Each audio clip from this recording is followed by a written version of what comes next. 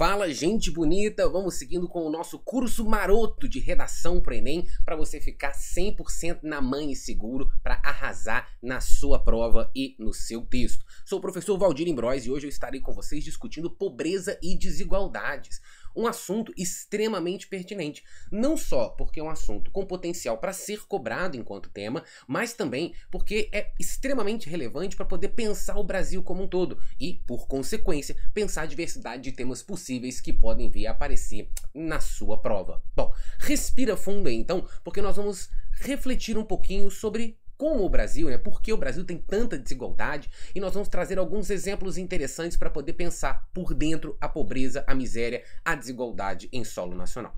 Olha, o nosso país, historicamente, ele tem essa desigualdade marcada. Vamos lembrar que nós fomos colonizados de uma maneira que teve uma divisão de terras em capitanias hereditárias, depois em sesmarias, terras enormes nas mãos de poucas pessoas. Então, os donatários recebiam uma quantidade absurda de território, enquanto muitas outras pessoas não tinham posse absolutamente nenhuma, acabavam ficando ali para poder servir a esses grandes donos de terra. Além disso, o Brasil é um país que teve mais de 300 anos de escravidão. Foi o último país das Américas a abolir, esse crime terrível que foi feito contra a humanidade, em especial contra a população negra. E esses indivíduos, que foram escravizados em território nacional e que foram durante muito tempo desprovidos de absolutamente qualquer direito, uma vez que eram considerados mercadorias, eram consideradas posses dos donos de terras, dos donos de engenhos, dos donos das lavouras, enfim, daqueles que tinham condições de adquirir esses escravos. Quando houve a abolição da escravatura, eles se viram alijados de qualquer possibilidade de entrada direta na realidade social, na sociedade de classes. Quem fala isso é o Silviano Santiago, Essa população negra recebeu essa liberdade, em teoria, mas não tinha sequer os mecanismos suficientes para poder se integrar, ao mercado regular, para trabalhar, para, enfim, conseguir a sua subsistência em pé de igualdade com a população branca. Bom, isso daí não tem nem 150 anos, Vai fazer 150 anos daqui a pouquinho. O que isso significa? Significa que se trata de um Brasil que diferenciou pessoas ricas, poderosas, endinheiradas e pessoas empobrecidas, desprovidas de direitos, subcidadãs, como você viu com a professora Aline, e ao longo de toda a sua história.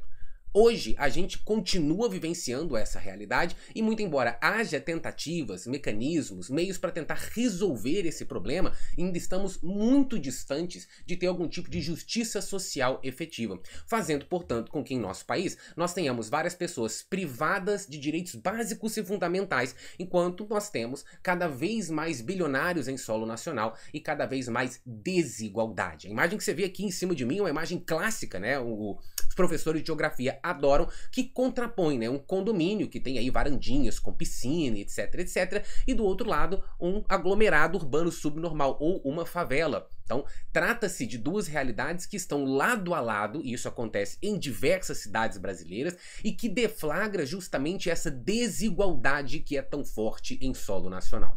Para a gente ver um pouquinho sobre como que essa pobreza atravessa a vida do sujeito, eu vou trazer aqui o relato de uma figura importantíssima da nossa história, da nossa literatura, que foi a moradora de favela, Carolina Maria de Jesus.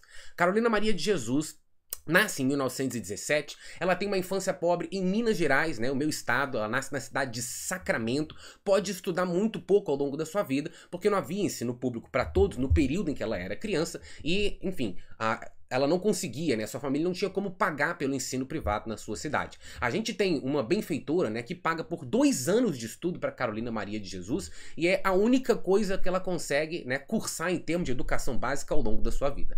Esse foi um período em que ela aprendeu a ler, a escrever e se encantou absolutamente pela leitura e pelos livros. Então foi um período que, embora muito curto, mudou para sempre a vida dela e deu a ela condições, possibilidades para que ela conseguisse se desenvolver, conforme você vai ver na medida em que eu for contando a história. Sobre o papel transformador da educação, na aula 6, a professora Aline volta aqui para poder falar um pouquinho mais e se aprofundar nesse tema. Ela migra para São Paulo depois que perde a sua mãe, uma vez que as oportunidades de trabalho na região em que ela havia nascido eram extremamente escassas. Então ela vai para São Paulo, começa a trabalhar como empregada doméstica, E fica muito tempo trabalhando assim até engravidar do seu primeiro filho. Naquela época, as empregadas moravam nas casas dos patrões. É um resquício, inclusive, desse período colonial, né, em que sempre havia alguém para servir aos senhores na casa. E, nesse sentido, a Carolina Maria de Jesus estava ali sempre disponível. Quando ela engravida, passa a se entender, né, que ela não está mais disponível para esse serviço e ela é demitida. Bom, ela então pega o seu filho, o seu primeiro filho, pega as coisas que ela tem e monta uma casa precária na favela do Canindé, que na época estava ainda em formação em São Paulo. Uma casa assim, com restos de madeira, restos de papelão, o que ela consegue encontrar para construir uma pequena moradia, ela usa, né, e passa a viver nessas condições subhumanas na favela do Canindé. Bom, a história de Carolina Maria de Jesus é atravessada por várias marcas de vulnerabilidade, ou seja, várias marcas, né, que tornam a sua vida uma vida mais vulnerável à ausência de direitos, à morte, à doença, enfim, as dificuldades da vida, né, do ser humano como um todo. Qualquer um de nós pode ter essas dificuldades, no entanto, quando a gente pensa a situação do negro, da negra, quando a gente pensa a situação da mulher no Brasil, quando a gente pensa a situação da mãe solo, ou seja, a Carolina Maria de Jesus teve 3 filhos e em nenhum momento, né, sob nenhuma circunstância, os pais dessas crianças ajudaram-na, seja financeiramente, seja com o cuidado efetivo com essas crianças no processo, né, do seu crescimento. Quando a gente pensa na pessoa que vive na favela, a gente está lidando com pessoas que têm muito mais vulnerabilidade, muito mais riscos de ter prejuízos sociais, de ter problemas, do que quando a gente vai procurar grupos não minoritários. Então, ela carregava consigo todos esses atravessamentos. Ela sofre preconceito por ser negra, ela sofre preconceito por ser moradora da favela, ela sofre preconceito por não ter condições financeiras para comprar uma roupa adequada, né, por se vestir, muitas vezes com trapos, com roupas sujas. No relato que ela faz, daqui a pouco eu falo melhor sobre ele, ela chega a dizer que muitas vezes ela tinha que escolher entre comprar um pedaço de sabonete e comprar comida para poder produzir para os seus filhos.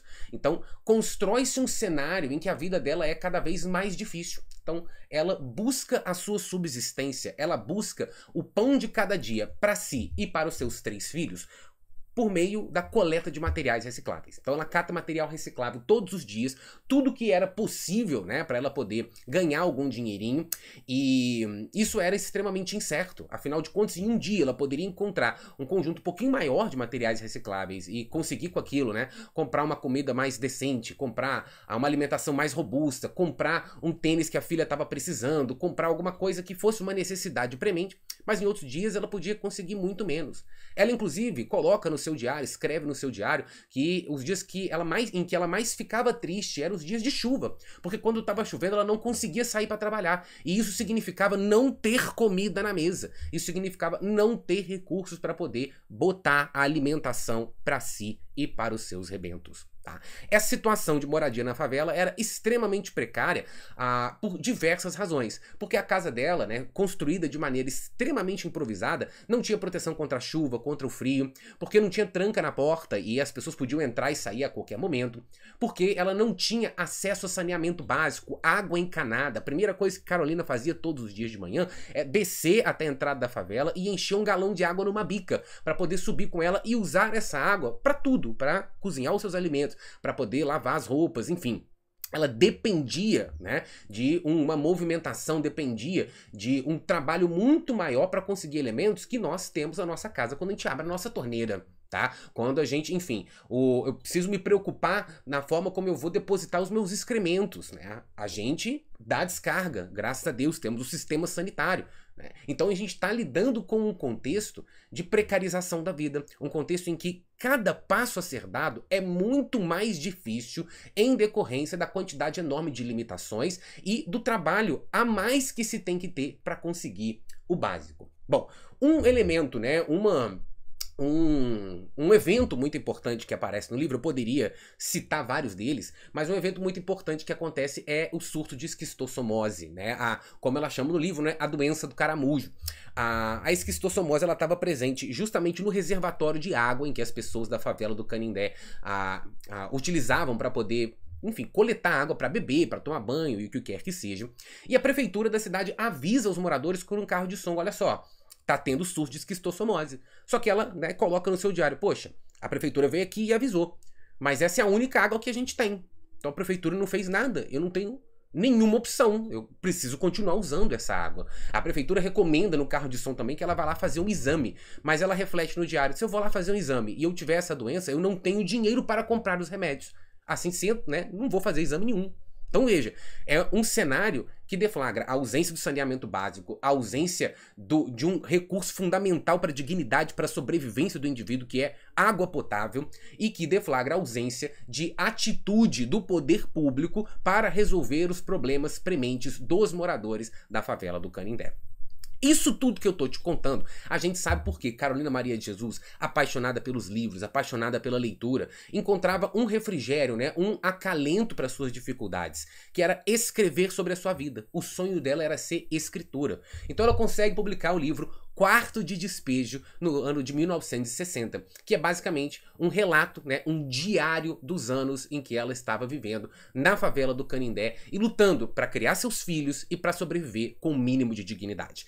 Esse livro foi publicado com mediação do jornalista chamado Audálio Dantas, que foi lá fazer uma reportagem na favela, conheceu a Carolina e falou: cara, temos que publicar isso daqui.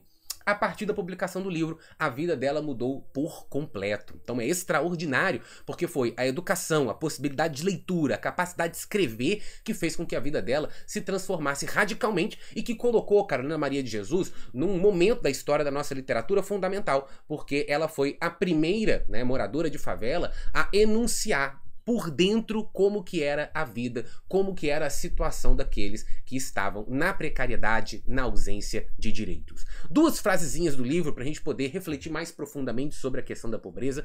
Ela diz: a fome é professora, a fome também é professora. Ela tá dizendo isso quando ela tá falando mal dos políticos. Ela fala mal dos políticos de maneira geral. Ela diz que eles só aparecem na favela para poder pedir votos, mas nada fazem para poder resolver os problemas dos cidadãos. E ela diz, né, o Brasil um dia tem que ser governado por alguém que já passou fome, porque a fome também é professora. E a gente segue mais um pouquinho. Ela diz: o pobre não repousa. O que ela quer dizer com isso? O pobre não repousa porque sempre há uma atividade a mais que o pobre precisa cumprir. Seja consertar o sapato da filha porque não tem dinheiro para comprar outro e ela tem que ir para a escola amanhã. Seja fazer a comida, né, correndo porque eu preciso fazer a comida agora, dar alimento para todo mundo, depois sair para trabalhar. Seja ir lá buscar água lá embaixo, né, na entrada da favela para poder subir e conseguir fazer as minhas atividades. Então Carolina conta que ela tá o tempo inteiro trabalhando, permanentemente. Não há momento de repouso. Beleza? Essas são as condições, né, a que estava submetida Carolina Maria de Jesus e que tornam a miséria e a pobreza tão dura, tá, e tão cruel na realidade dos sujeitos.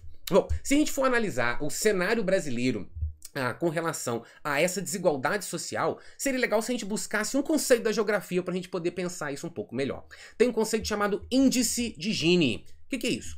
É um índice, uma conta que se faz para poder analisar a desigualdade no interior dos países. Quanto mais perto de 1 está o índice de Gini, mais desigual é um país. Quanto mais perto de 0, mais igualitário ele é. Então um país em que todo mundo fosse 100% igual seria 0, e um país em que tudo pertence a uma única pessoa seria 1. Evidentemente, nenhum desses dois cenários extremos existem, tá? O que vai existir são graus diferentes de desigualdade. E quando a gente vai poder analisar a lista de países com base no índice de Gini, a gente percebe que o Brasil está entre os países mais desiguais do mundo. Beleza? Entre os 15, 20 países mais desiguais do mundo, isso varia, né, ano após ano. E por que varia? Porque medidas diversas podem alterar a desigualdade da sociedade. Então, se a gente for analisar, aqui a gente tem um gráficozinho do índice de Gini, vocês vão ver que começa aí em 2012 e vai, né, dividindo cada ano em 4 partes, né, de 3 meses cada uma.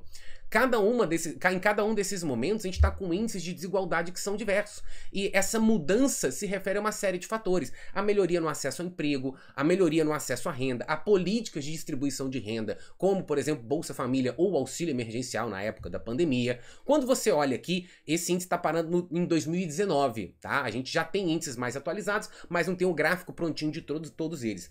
Quando a gente vê a situação de 2012 até 2019 no Brasil, a gente vê que não tá nada legal, porque a gente oscilou em termos de desigualdade e a gente tem aumentado levemente nos últimos anos. nosso histórico, um pouquinho para trás, né, alguns anos para trás, é um histórico muito positivo. Por quê? Porque quando a gente pega ali a virada dos anos 90 para os anos 2000, o índice de Gini começa a cair. Então ele cai até mais ou menos 2010, 11, 12, em que, como vocês estão vendo ali, ele começa a estagnar e começa a oscilar novamente. Ora, o que a gente vê é que a luta contra a miséria, contra essa desigualdade atroz da realidade brasileira, é uma luta constante que exige mudanças estruturais, exige a possibilidade de acesso a emprego, acesso à educação, acesso à renda e acesso a direitos, para que a gente consiga colocar todos os sujeitos em patamares semelhantes para lutar pela sua dignidade e pelos seus sonhos. Bom, esse conceito é um conceito filezinho, você vai ver ele na próxima aula sendo aplicado, para poder pensar a desigualdade em território nacional e para poder argumentar como que algumas pessoas possuem melhores condições de renda, né, condições muitas vezes sobejas, enquanto outras pessoas não têm o mínimo para a garantia do sustento da dignidade material. Vem mais um pouquinho aqui comigo e nós vamos ver um outro repertório filezinho para poder pensar a questão da pobreza. E não só da pobreza, como você vai ver. Nós vamos agora lá atrás no Iluminismo, período da história da humanidade importantíssimo, porque foi lá que foram cunhados conceitos fundamentais que estruturam o Estado Democrático de Direito e que estruturam a sociedade como nós a conhecemos hoje. Immanuel Kant, um dos mais importantes filósofos do Iluminismo, ele vai construir o conceito de dignidade humana. O que é o princípio da dignidade humana? Para ele, um ser humano precisa ter garantido para si elementos fundamentais que tornem a vida algo que vale a pena ser vivida, que tornem a vida digna.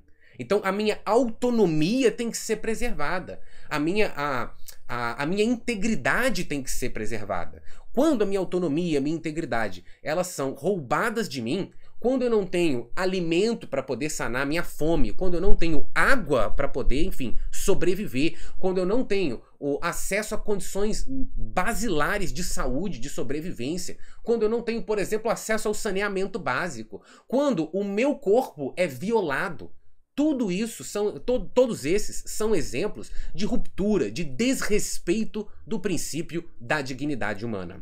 Então, perceba comigo que esse é um conceito extremamente flexível e super útil que pode ser aplicado a diversos temas. Para o Kant, então, todas as prerrogativas que são essenciais para uma vida decente, elas são inegociáveis. Eu não posso negociar contigo me alimentar ou não, porque se eu não me alimentar eu vou morrer. Eu não posso negociar contigo a integridade, a inviolabilidade do meu corpo. Então, se são inegociáveis, são dignidades e devem ser preservadas. Beleza? Ainda, para Kant, o ser humano nunca pode ser utilizado como meio para um fim. Ou seja, ele nunca pode ser um instrumento, um objeto para se alcançar um objetivo. Como acontecia, por exemplo, na escravidão, em que seres humanos eram submetidos a uma condição de objeto, de ferramenta, para o engrandecimento, o enriquecimento dos seus, à época, chamados, né, senhores. Bom, nesse sentido, quando o sujeito ele tem garantido a sua autonomia, a sua liberdade e é tratado como um fim em si mesmo, ou seja, eu respeito o indivíduo, o sujeito, o ser humano, pela sua própria condição de ser humano, aí sim eu estou preservando a sua dignidade. Bom, resolvi falar um pouquinho melhor sobre Kant na aula da professora Aline, na nossa aula número 6 sobre educação.